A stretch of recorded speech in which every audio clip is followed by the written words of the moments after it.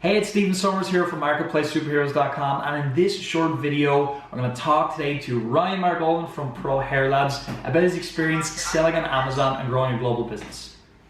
Alright, so Ryan, we're here today, we're talking all about your experience on Amazon, and really what we want to do is just share with everybody who's watching, kind of like what you've learned along the way, some of the challenges maybe you've experienced, and then we'll talk a little bit later on about the future. So first things first, how did you get the idea of selling on Amazon? What happened? Well, the idea came, as you know, from the Marketplace Superheroes when it was first started. Yeah. The idea of being able to create a sustainable business, at first on the side was quite intriguing. So that's why I initially kind of joined. Yeah, and why kind of Amazon was like in your mind then or whatever? Yeah, absolutely. And it was kind of another aspect to kind of e-commerce that I didn't really think about. You always know the platform is there, but never really thought too heavily about getting involved in it. So once we did, it was all about kind of engaging with the content that was there, all of the information, and kind of just following that path and those structures that were laid out. Yeah. So basically, you had your hair care brand, right? Yeah. So basically, you sell a lot of different products. Roughly, how many SKUs do you have? Like 15 or something? A little bit more. A little bit more. Yeah, a little cool. bit more. So again, again, for you watching, right? You guys had SKUs, you had products, right? And you're in a situation where you said, is there demand on the Amazon platform for these products? Yeah, case of saying, oh, there is. Absolutely, and funny enough, now that you mention it, completely forgetting that we had the ability with these products already created in there. I went and did my own product research for other items, and originally I had launched my completely separate product into the marketplace, and it didn't do that great simply because I didn't research the product heavily enough. But look, I mean, that was a whole learning process in itself, which led me to the thing of, we have all of these products here. Why aren't we selling them? Why aren't we selling them? And it's like, so we decided to get the listings up and running, and once we did, it took a little while to get some traction. Absolutely. But following a lot, actually, funny enough, I went back then to the marketplace course in terms of the research, the optimization of the product listings, which I still believe firmly that was key to getting where we got to, especially the keyword research. And after a few months, we started to see sales coming in, and we started to advertise then, did a little PPC. On Amazon, right? On Amazon, and as we started to get that data back, we were realizing what was working, what wasn't working, and it just kind of took off from there.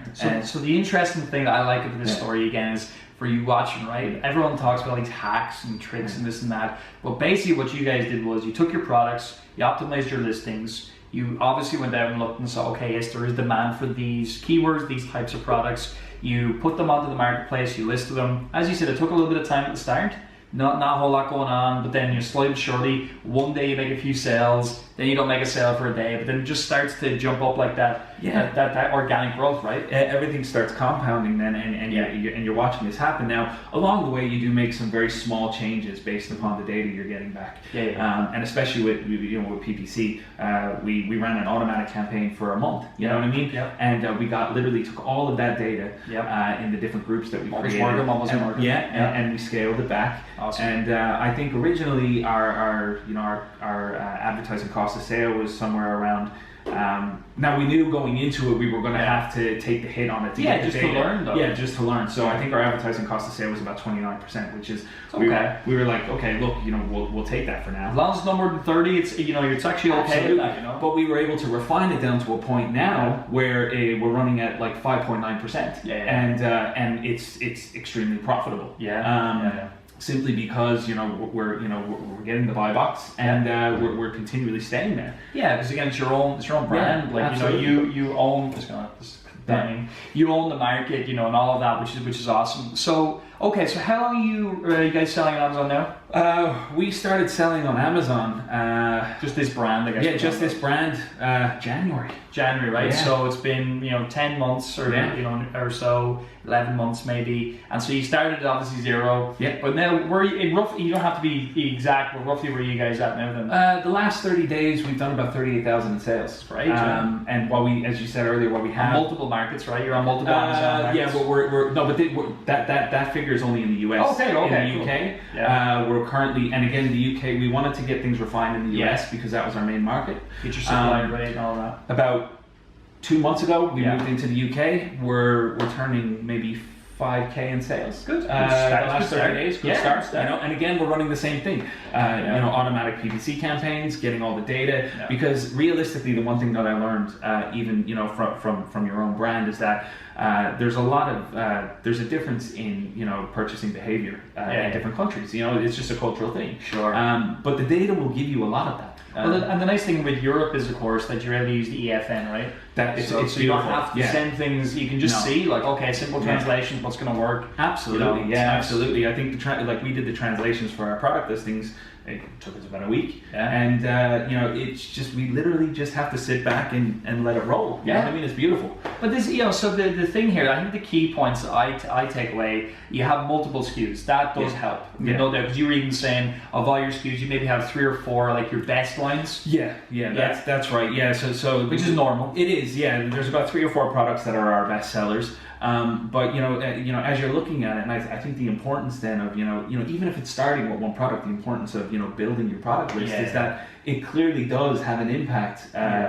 Especially on your sales. For sure, and again, you guys are in a slightly different situation to some people watching, and that maybe like you there was a business established, there were products there. Yeah. So that's one. But again, I think the principle here, so it might take you watching now, let's say you're just starting, it might take you a little bit longer when you're starting out to build up the capital, get your products rocking and rolling. But ultimately, like this whole idea of having one product and only selling one product, it's a very It's not a good strategy. Like you've got to start looking at whatever way you can, multiple products early on. Absolutely, but I do think it is important just to make that start. Absolutely, you have to make that start, and it is simply the one thing that I've learned even through the transition of having a failed product in there that I that was totally fault of my own was that it is about the product research and about fulfilling demand. Yes, fulfilling demand is where it's at because realistically, if you're not fulfilling that, it's going to be very difficult to create it. If you want, if you want an easier path, it's about finding that product that people need. Absolutely. And the proof in the pudding for us especially is that when we did launch our brand, there was a demand there for it, and it started to scale. Well, if you look at that even now, like if we take the UK, the $5,000 or whatever, dollar, we turn into dollars, and we add our dollars in of nearly 40, you're talking about 45, 50 grand a month almost in revenue. You look at that over a year, like it's 600 grand, I mean, and I think most likely for you guys next year, you're probably going to be able to double that, I would say. That's the aim. But just that organic growth you're getting with the sponsored PPC you're doing, and you're not doing anything crazy No, to be honest with you, the brand's not like a worldwide brand either. Like it's not like it's known everywhere. No, it's not. Now, and even at that, I mean, it's opened up other opportunities for us. Having the exposure of that platform. Because let's face it, it is. We've tested a lot of different strategies, and the reality of it is that the exposure, the simple exposure you get from Amazon is huge. And you can pump as much as you want into AdWords, into SEO, whatever you want to do. But the reality of it is you're getting massive exposure on this platform. Yeah, it's hard to, and even with SEO and stuff, obviously it's hard to compete with Amazon on that.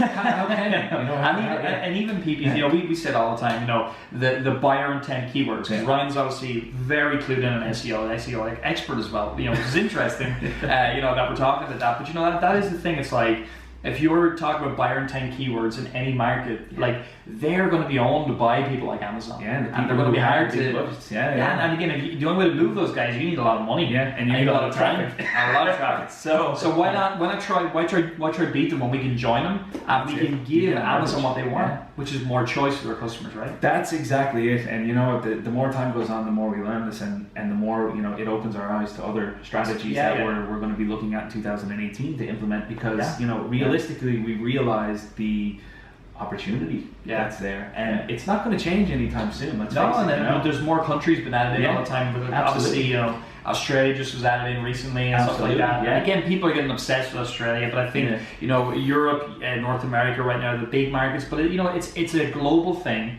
What a great time to be taking this brand and these products as well, you know, and getting them global. Because again, you know, you might say, well, Ryan, you know, that product range, maybe it's not following our rules, but in many ways it actually is. Because if you were to research, when you were researching those, you're cherry picking your lines. Yeah, oh, absolutely. You're able to see, man, like these types of products, they just happen to be related. Yeah, like there's a potential for you watching this, going through Marketplace Superhero system, you might have products in the same range. We never say like never sell products in a range if they're, but what we are saying is don't sell range for the sake of selling range. No, You want to be cherry picking. You want to be finding the opportunities. Where can you do your map? Can you do your gap analysis? Which again, if you're watching this on YouTube, you might understand what that means. That's all part of the Marketplace Superheroes program. But the point is that here's a brand, here's a group of products within a brand that are doing great globally on Amazon. Sure enough, it started earlier in the US. Yeah.